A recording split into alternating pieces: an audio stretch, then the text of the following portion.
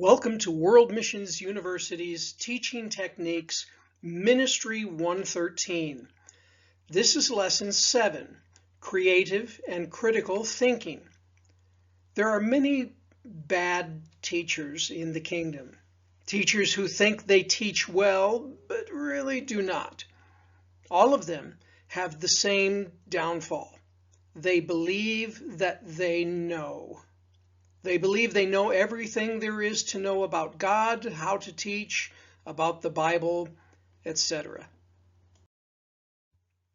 In preparation for this class, you should read Teacher and Staff Development, Book 2, the following chapters: Creative Impact, Critical Thinking in Spiritual Development, and Mentoring. By the time you finish with this class, you will relate 3 components of creativity and write a behavioral objective that uses creative and critical thinking strategies. Each of us are born with a measure of creativity. We are created in the image of a creative God. While God shares many of His characteristics with His creatures, there is one He has reserved for Himself, that is, immutability, or that He never changes. We, however, change. We grow, we get fatter, thinner, taller, more hair, less hair. We change. Every person who becomes a Christian has changed from that of a sinner into someone who is saved. Each of us are born with a measure of creativity, some more, musicians, engineers, artists, some less. Some have a measure of creativity, but it is discouraged and diminished by parents, culture, teachers, television, age, fear. Some have a measure of creativity, and it is expanded. It can be taught. This requires us to challenge the familiar. Our teaching should enable our students to solve mundane problems. Teaching creativity allows our students not only to solve the mundane, to deal with things we haven't even thought of yet. A warning, however, one thing we do not challenge is the Word. It is forever settled in heaven, according to Psalms 119, verse 89, and Isaiah 40, verse 8. At one point in time, every Spirit-filled Christian was at one time convinced of their rightness.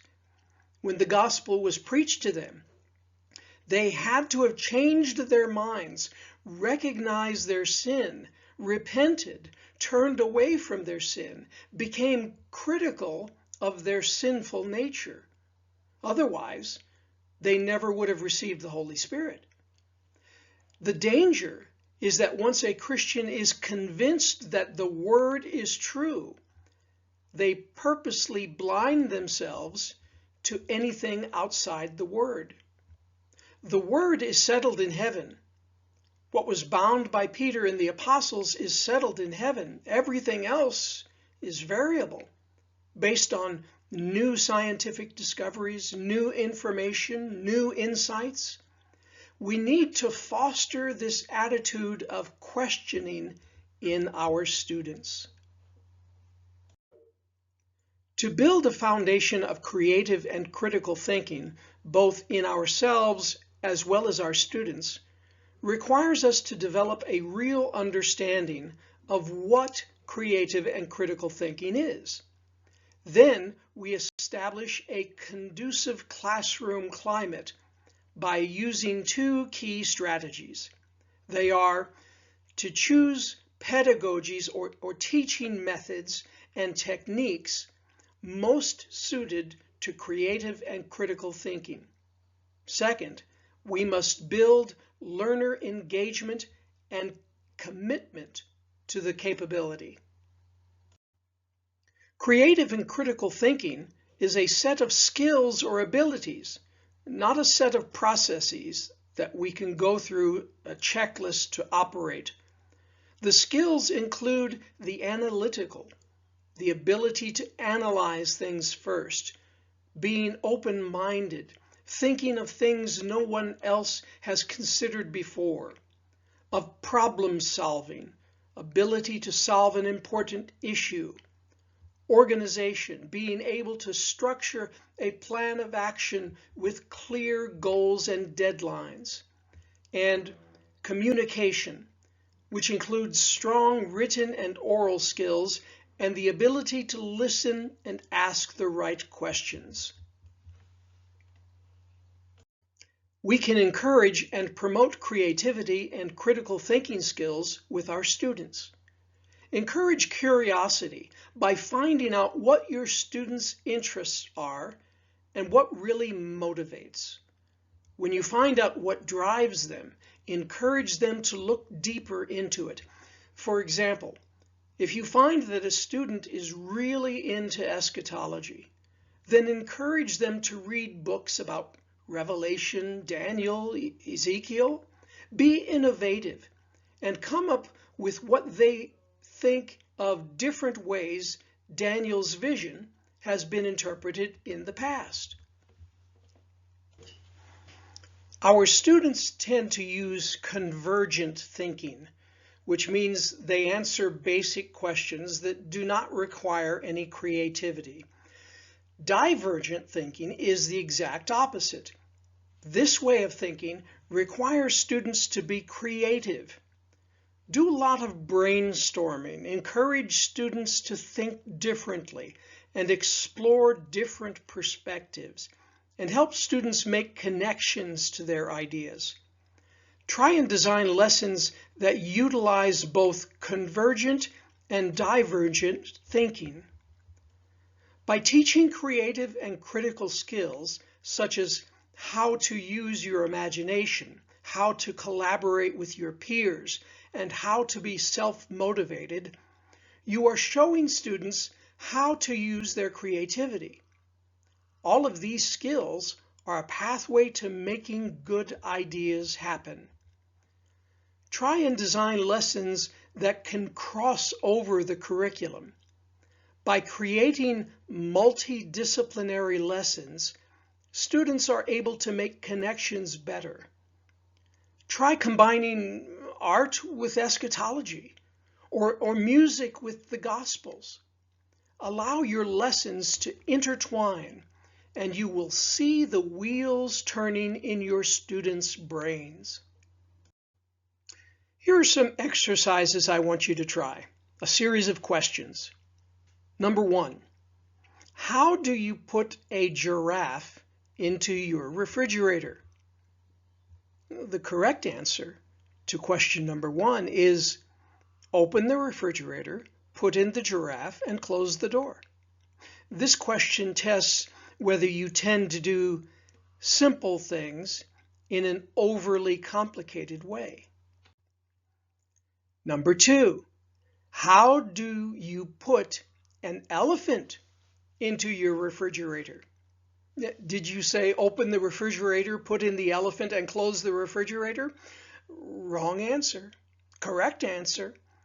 Open the refrigerator, take out the giraffe, put in the elephant, and close the door. This tests your ability to think through the repercussions of your previous actions. Question number 3. The Lion King is hosting an animal conference. All the animals attend except one. Which animal does not attend? Correct answer, the elephant. The elephant is in the refrigerator. You just put him in there. This tests your memory. Okay, even if you did not answer the first 3 questions correctly, you still have one more chance to show your true abilities. Number 4, there is a river you must cross, but it is used by crocodiles, and you do not have a boat. How do you manage it? Correct answer? You jump into the river and swim across. Have you not been listening? All the crocodiles are attending the animal conference. This tests whether you learn quickly from your mistakes. Here's another exercise called the Question Everything exercise. I've included this as a download in your lesson materials. It asks 6 important questions that can be applied to any issue. They cover who, what, where, when, why, and how. For who, ask yourself the questions like, who benefits from this? Who is this harmful to? Who makes decisions about this? Who is most directly affected? There are more questions in this exercise you should read. Some rules of this exercise is that there are no wrong answers. Answers can be open-ended. I want to stress, however, that again, this type of exercise is not appropriate for doctrine, such as baptism by immersion, which is established and immovable. But could we apply this to how we are immersed?